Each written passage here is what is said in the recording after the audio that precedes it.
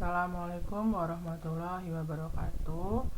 Untuk pertemuan pada mata pelajaran otomatisasi tata kelola kepegawaian hari ini, Ibu akan melanjutkan pembahasan Ibu mengenai pengadaan CPNS yang sudah kita bahas pada pertemuan sebelumnya. Sudah ada 3 tahap yang harus dilalui dalam pengadaan CPNS. Nah, saat ini kita akan membahas tahap keempat dari pengadaan CPNS tersebut. Baik, pengadaan pegawai negeri sipil atau pengadaan PNS.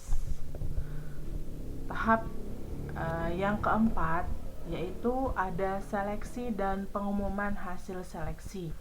Apa aja ketentuannya? Yang pertama ada ketentuan umumnya, yaitu penyelenggaraan seleksi pengadaan PNS terdiri atas 3 tahap, yaitu seleksi administrasi, SKD, dan SKB.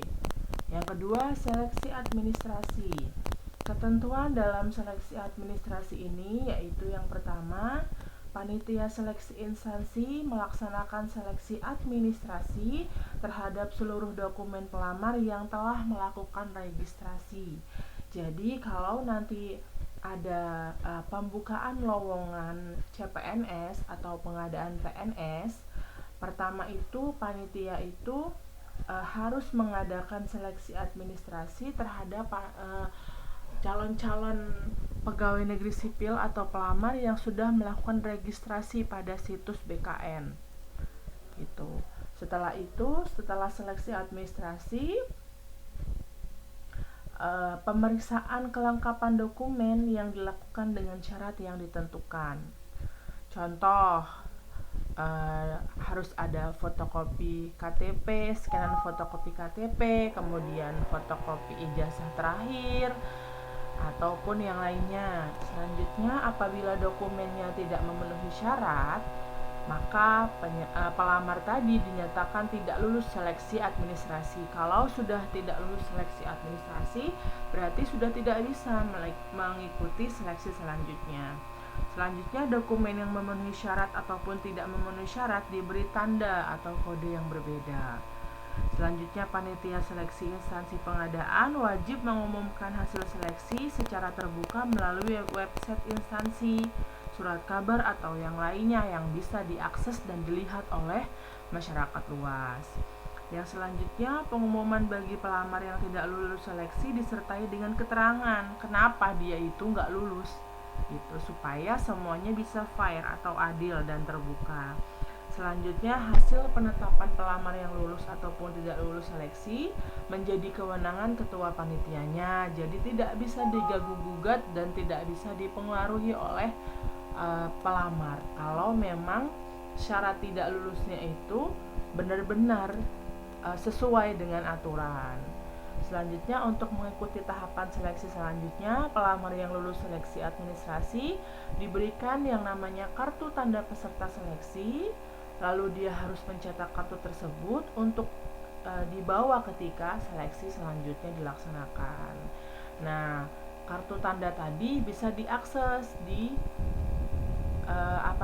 situs BKN, kemudian diunduh gitu untuk selanjutnya di print.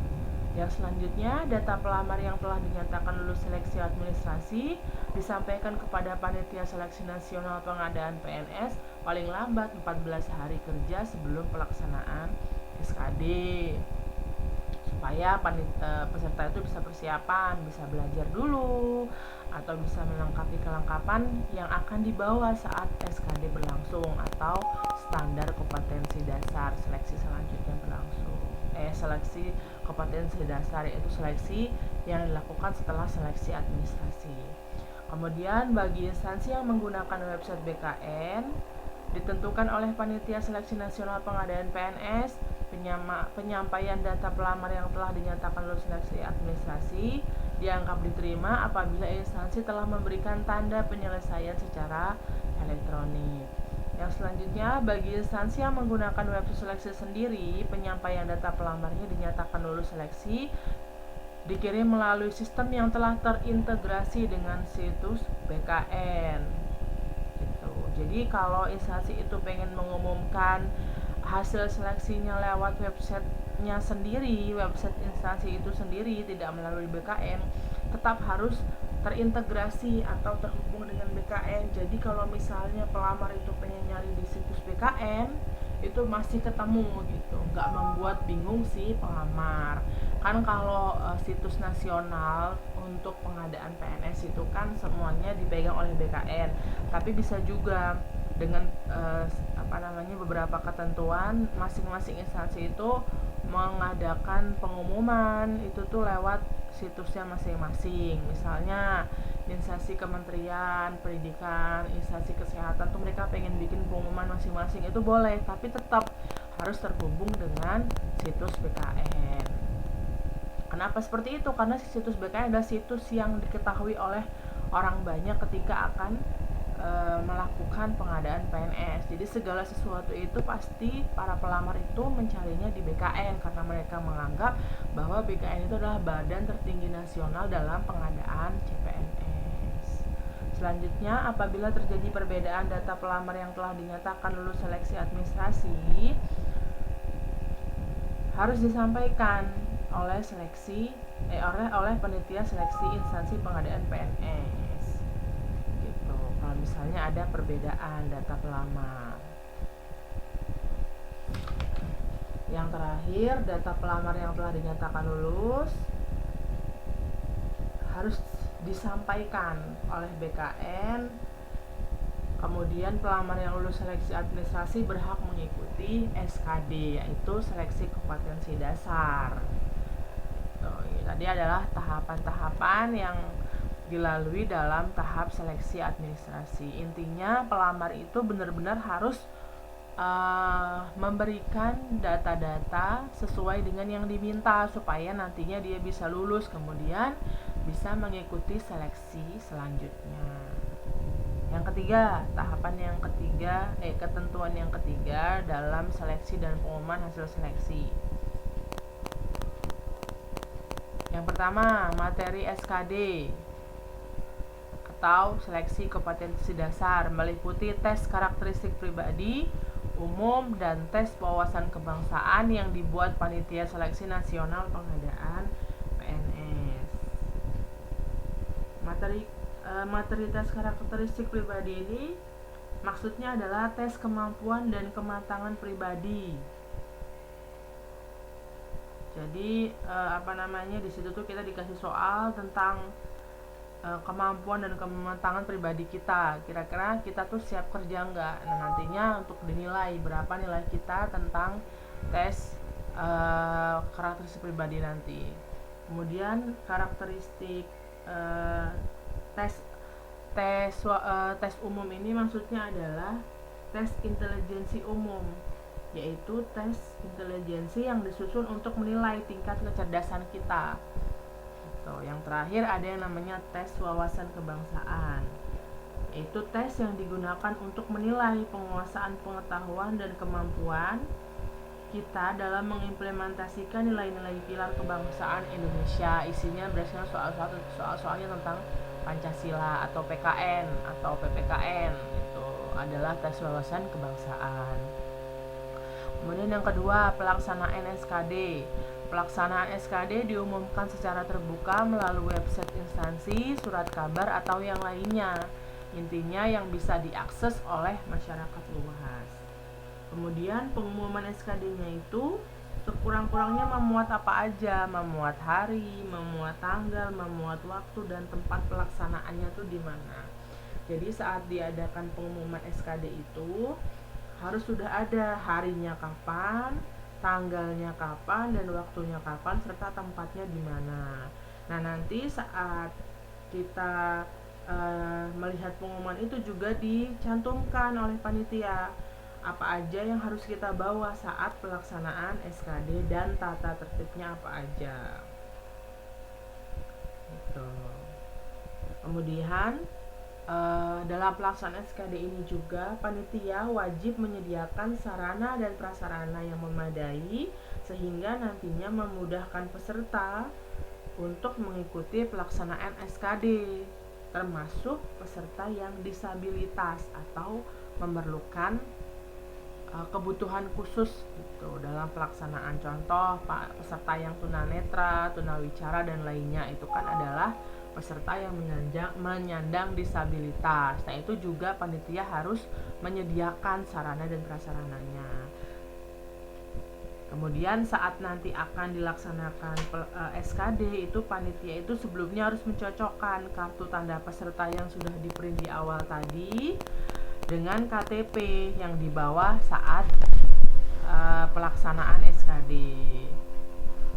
Kalau nantinya peserta itu identitasnya tidak sesuai antara kartu tanda peserta dengan KTP yang dibawanya, itu peserta tidak bisa mengikuti SKD karena dianggap tidak resmi. Artinya itu dianggap itu bukan punya dia gitu. Makanya saat pendaftaran di awal itu benar-benar harus sesuai dengan KTP kita. Diteliti lagi kalau mau daftar, diulang-ulang lagi datanya benar nggak sesuai KTP gitu. Selanjutnya yang terakhir hasil SKD. Hasil SKD digunakan sebagai dasar penetapan kelulusan SKD dan dilakukan oleh Panitia Seleksi Nasional Pengadaan PNS. Nah, dalam hasil SKD ini, peserta seleksi yang mengikuti SKD ditetapkan lulus apabila memenuhi nilai ambang batas minimal kelulusan yang ditentukan Menteri yang menyelenggarakan urusan pemerintahan di bidang pendayagunaan aparatur negara dan berdasarkan peringkat nilai sesuai dengan kebutuhan jabatan setiap instansi pemerintah. Jadi kalau peserta itu misalnya nilai minimalnya 70, dia mendapatkan nilai 71 atau 72 atau 75, itu dinyatakan lulus. Nah, itu dia bisa mengikuti tes selanjutnya. Tapi kalau yang lulus ternyata banyak, lebih dari yang dibutuhkan, misalnya dalam tes SKD ini panitia hanya menyaring 50 orang gitu. Ternyata kok yang keterima ada 100 orang. Nah, itu biasanya dilakukanlah rankingan gitu supaya lebih sedikit tersaring lagi. Jadi kalau yang lulus banyak dilakukan perankingan berdasarkan nilai paling tinggi ke yang paling rendah. Kemudian hasil penetapan kelulusan SKD paling banyak 3 kali jumlah kebutuhan tiap jabatan berdasarkan peringkat nilai SKD. Misal dalam jabatan itu lowongan yang diambil ada 1 gitu. Berarti kalau 3 kali berarti yang disaring dari tes SKD ini adalah 3 orang berdasarkan peringkat yang ada sesuai dengan hasilnya. Itulah tadi ketentuan-ketentuan dalam seleksi kompetensi dasar. Selanjutnya, seleksi kompetensi bidang. Ketentuannya apa aja? Yang pertama, materi SKB untuk jabatan fungsional disusun oleh instansi pembina jabatan fungsional dan diintegrasikan dalam bank soal cat BKN dan atau fasilitas cat lainnya yang ditentukan oleh Panitia Seleksi Nasional Pengadaan PNS dan dikoordinasikan oleh BKN.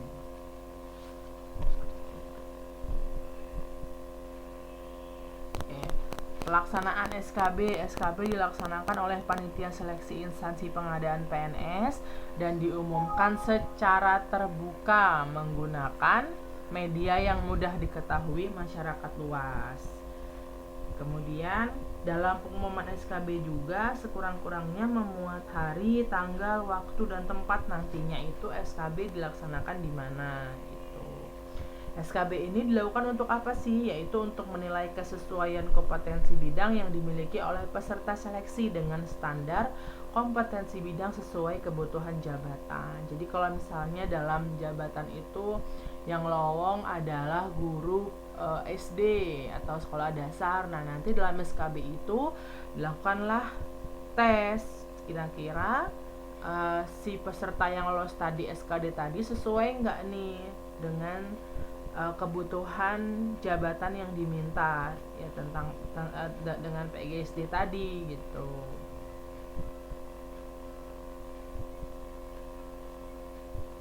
Kemudian yang selanjutnya setelah diadakanlah pelaksanaan SKB tadi, dilakukanlah pengumuman hasil SKB-nya. Pengumuman hasil SKB memuat nama jabatan yang dilamar, kemudian kualifikasi pendidikannya, kemudian nomor kartu tanda peserta seleksi, nama peserta seleksi, nilai hasil SKB-nya yang disusun berdasarkan peringkat. Nah, semua itu diumumkan menggunakan media yang mudah diketahui dan diakses oleh masyarakat luas. Yang terakhir, hasil akhir seleksi. Panitia seleksi mengintegrasikan hasil SKD dengan hasil SKB. Jadi dijumlahkan, maksudnya gitu, hasil SKD berapa, hasil SKB berapa, dijumlahkan. Yang kedua, panitia menetapkan hasil akhir seleksi dengan membuat peringkat nilai tertinggi sampai terendah. Dibuat ranking dari nomor 1 sampai nomor 3 misalnya, kalau misalnya yang lulus itu 3 orang. Yang terakhir, peserta yang dinyatakan lulus seleksi melengkapi daftar riwayat hidup. Untuk selanjutnya dilakukanlah proses yang setelah SKB ini. Itulah tadi ketentuan dalam seleksi dan pengumuman hasil seleksi dalam pengadaan pegawai negeri sipil. Tahapan dalam pengadaan selanjutnya yaitu pengangkatan dan masa percobaan menjadi calon PNS atau pegawai negeri sipil. Yang pertama ada pengangkatan PNS. Dalam pengangkatan PNS ini, pengangkatan CPNS ini, ya, peserta yang dinyatakan lulus seleksi itu ditetapkan oleh PPK setelah mendapat persetujuan teknis dan penetapan nomor induk pegawai dari Kepala BKN. Nah, yang pertama apa aja prosesnya dalam pengangkatan CPNS ini? Yang pertama ada pemanggilan. Kemudian yang kedua ada persyaratan administrasi. Nah, setelah dilakukan pemanggilan, kemudian yang selanjutnya ada persyaratan administrasi. Ada beberapa persyaratan administrasi yang harus dipenuhi ketika peserta itu dinyatakan lulus dalam tes SKB-nya tadi. Biasanya administrasinya itu berupa fotokopi ijazah, kemudian daftar riwayat hidup, kemudian surat keterangan kepolisian, surat keterangan sehat, dan lain sebagainya. Banyak sekali yang harus dilengkapi dalam persyaratan tersebut. Kemudian setelah dilengkapi, selanjutnya dilakukan pemeriksaan kelengkapan yang sudah dipenuhi oleh peserta yang lulus SKB tadi.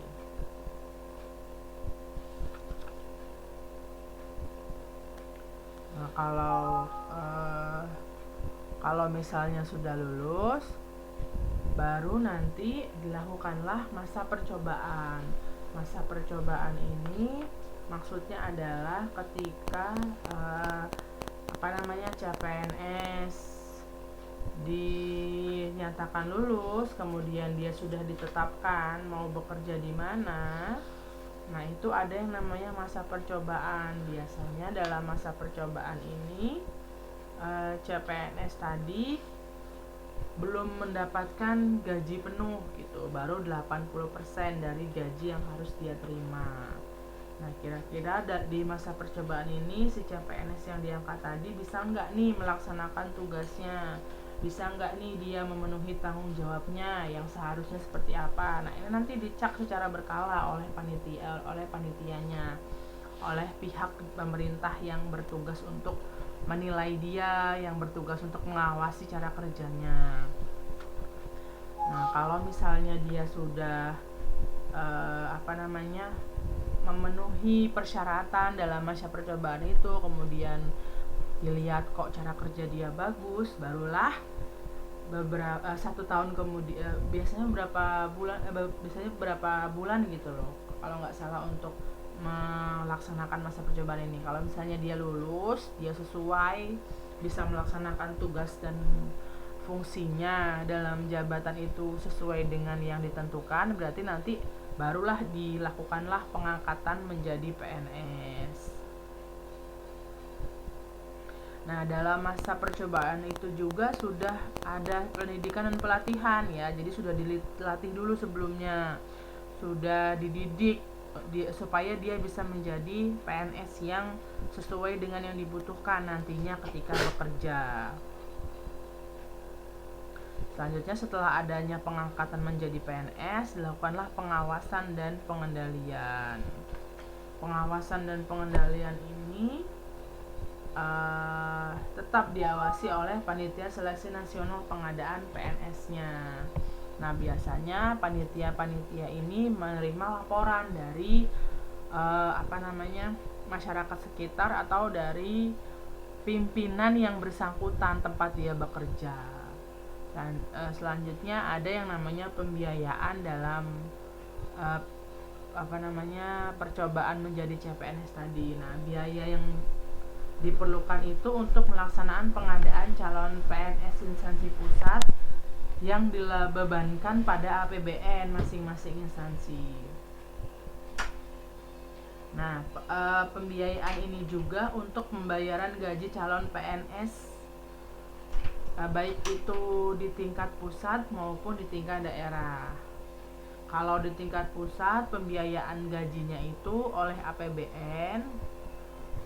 Kalau untuk instansi daerah, pembiayaannya dibebankan oleh APBD. Jadi dari mulai perekrutan, pelatihan, pengangkatan, sampai pembayaran gaji PNS nantinya itu, kalau di pusat lewat APBN, kalau di daerah lewat APBD. Maksudnya APBN ini adalah anggaran dari beban negara, biaya negara. Jadi dia dibayar oleh pemerintah pusat sesuai dengan instansinya masing-masing. Kalau dia bekerja di Kementerian Perhubungan, ya dari kementeriannya. Kalau dia bekerja di Kementerian Pendidikan, ya dari Kementerian Pendidikannya. Tapi kalau misalnya kita bekerja menjadi guru sekolah di sebuah sekolah negeri di kota metro misalnya, nah ya berarti diambil dari anggaran biaya daerah gitu, dari metro sendiri, dari pemerintah kota metro. Yang terakhir yaitu pembuatan dokumen pengadaan pegawai.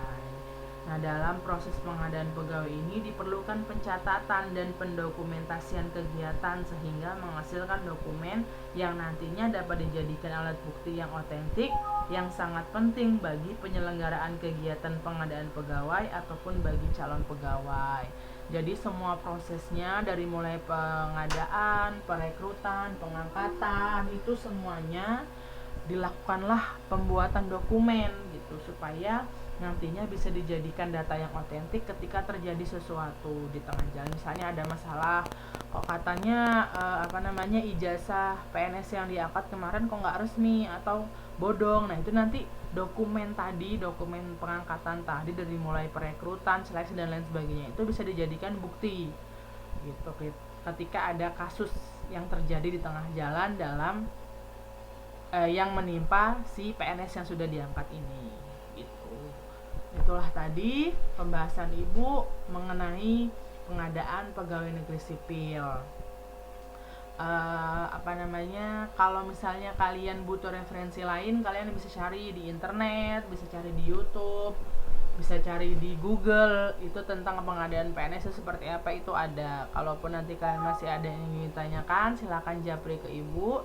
Ada kurang lebihnya Ibu mohon maaf. Ibu akhiri, wassalamualaikum warahmatullahi wabarakatuh.